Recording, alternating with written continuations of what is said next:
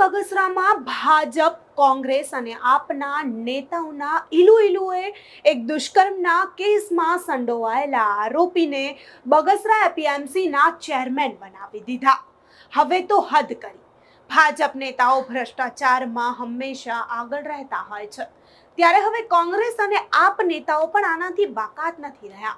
દુષ્કર્મના કેસમાં જેલ ગયેલા કાંતિ સતાસિયાને ભ્રષ્ટાચારી નેતાઓએ જેલમાંથી બહાર કાઢી બિનહરીફ જીતાડી દીધા। નમસ્કાર, હું અમરીન અને તમે જોઈ રહ્યા છો નિર્ભય ન્યૂઝ। તો બગસરા એપીએમસીની માર્કેટિંગ યાર્ડના ચેરમેનની ચૂંટણીમાં દુષ્કર્મ કેસના આરોપી કાંતિ સતાસિયાની બિનહરીફ જીત થઈ અને ચૂંટણી લડવા માટે સ્પેશિયલી પાછા આપના નેતા 2 દિવસમાં પેરોલ પર બહાર આવ્યા। જબરું છે। નેતા ઉપર ઓલરેડી કેસ ચાલી રહ્યો છે, એ પણ દુષ્કર્મનો, છતાં ભાજપ, કોંગ્રેસ અને આપના નેતાઓએ દુષ્કર્મ કેસના આરોપીને બિનહરીફ જીતાડી દીધા।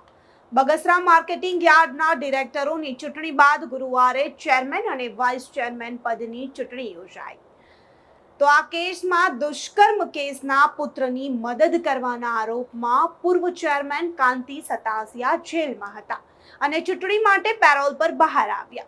ત્યારે અહીં આશ્ચર્યની વાત તો એ છે કે ભાજપ, કોંગ્રેસ અને આપ એમ ત્રણેય જૂથોના સભ્યોએ સર્વસંમતિથી સતાસિયાને પ્રમુખ પદે બિનહરીફ ચૂંટી કાઢ્યા અને ઉપપ્રમુખ પદે રફાળિયા બિનહરીફ જાહેર થયા।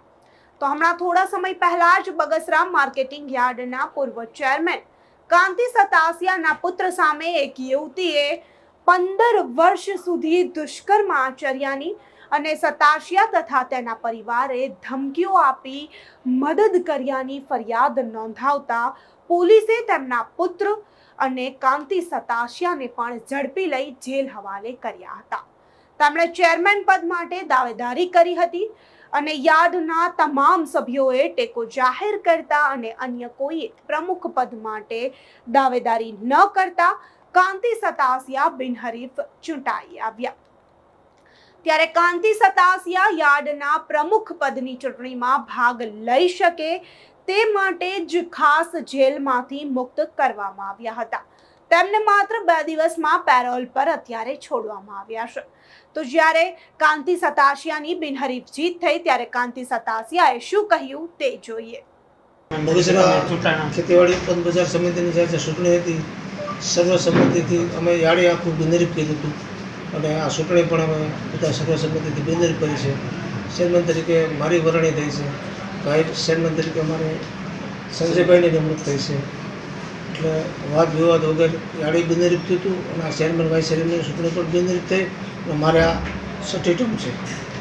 આવનારા દિવસોમાં વિકાસને લઈને શું કહેશો માર્કેટ યાર્ડને? વિકાસ માટે તો અત્યારે તો શેષનો પ્રશ્ન છે, ગ્રામ્ય વિસ્તારની જે શેષ બંધ થઈ છે તો કંઈક નવું બગસરાને આપશું એવું કંઈક અમારું સપનું છે।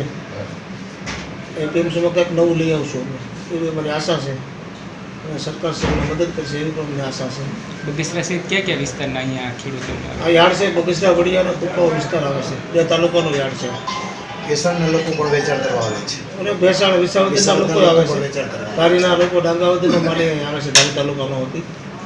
તો આમ બગસરામાં ચાલતા ભાજપ, કોંગ્રેસ અને આપના નેતાઓના ઇલુએ એક ભ્રષ્ટાચારી અને દુષ્કર્મ કેસના આરોપીને ચેરમેન બનાવી દીધા છે।